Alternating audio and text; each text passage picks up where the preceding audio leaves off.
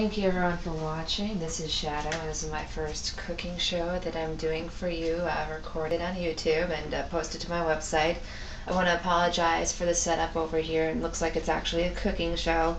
I promise in future episodes that I plan on having it look a bit more spontaneous, getting handfuls of stuff rather than getting it pre-measured.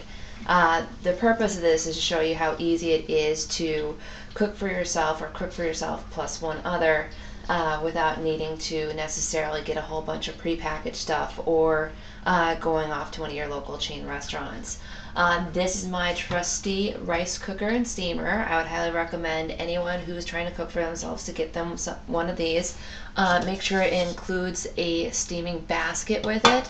That's going to help with keeping your cooking mess isolated to a single area for easy cleaning, and also it helps with conserving energy as the rice steamer and cooker area helps with cooking the other parts of the food. What we're going to cook today is a rice and fruit pilaf with nuts and also some steamed salmon. So this is a very simple but also very tasty meal. What you're going to want to do is start off with the rice, and for the ratio I recommend 2 cups of water to 1 cup of rice. So it's very easy. All you got to do is take that rice, throw it in there. The next part's going to be the nuts.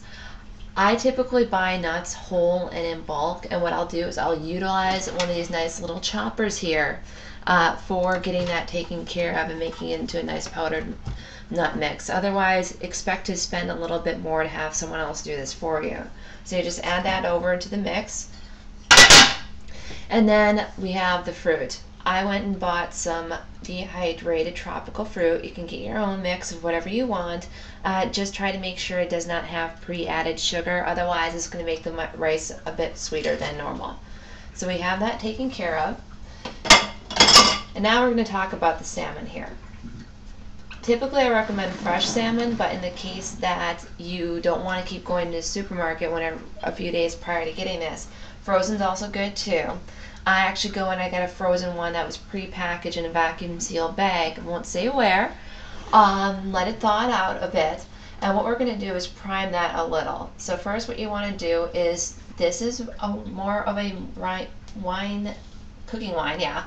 So what you want to do is you go and just dab it over there, and then the next step you want to do is take some seasonings and put that on top. Now I went and found a lime pepper blend. I'm very particular. I prefer lime, so I'm just going to go and lightly season it. If you want to add more, you can.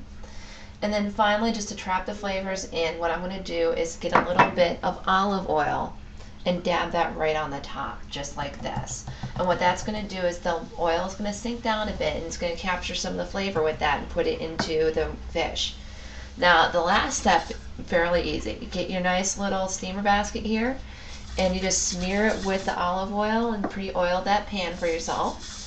Now you place this on top, you get your salmon, you put it in here, and then you get the top. Alright, as you can see here, it's done. Actually, it got done probably about 15 to 20 minutes. So looks like the salmon is nice and cooked. And then also, this is what the rice pilaf looks like. Very yummy. I actually fluffed it up a little bit. So what you'll want to do is scoop out some of that pilaf, put it on your plate there, and then scoop out some of the salmon. I'm not going to wreck it in this video. I'll go and massacre it a little bit later when I put together food for both me and my husband. And that is it. Thank you for tuning in to Shadow's first cooking show, and I promise future ones will definitely be better.